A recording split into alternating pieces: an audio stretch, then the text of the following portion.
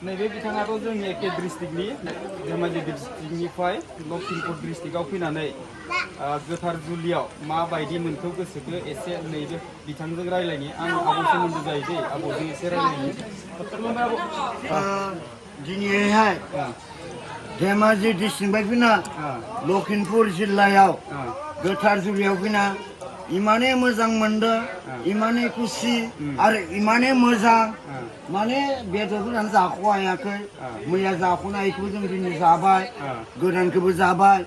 खैना गोदानाबो बिराद हेन्डसाम मटर डिफिसाव ओरै गुलि थेव थेव गावो बेखौबो आं बुंखाबाय जुदि जों बायदिया गाज्रि सभाब देखायोबा खैना गोदाना जोंखौ गावगोन बेनि खोथायावबो आंनो गिनाय थाखाबाय हिसाबै बुंबाय दिनै जों धेमाजिनिफ्राय फैनानै लखिमपुराव हाबा जाहैबाय इमाने बाल इमाने दुनिया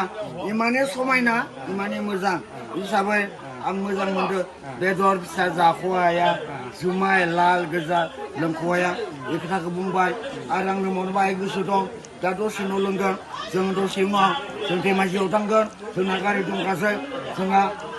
बिमा बायदि फैखादो बिहामजो दं फिसाला दं गुथे दं जों धेमाजि थांगोन जुदि थांनो हायाबा लखिमपुरावनो थागोन बेखिनिखौ बुंनानै दोनथ'बाय जोंना बिथाङा एसे धेमालियै बुंबाय जाहाथे लोगोफ्रा गाज्रि मोननो नाङा मानो होनना बुङोब्ला एसे लोंनाया बारा जाबाय दा गामियावबो जोंहा बाथौ दुमनायनि एसे मोनसे खामानि दंमोन इयावबो एसे लोंबाय आरो नैबे गोथार जुलियावबो फैनानै बिथाङा एसे लोंबाय जाहाथे धेमालि खालामनानै बुंबाय लोगोफ्रा जेबो गाज्रि मोननो नाङा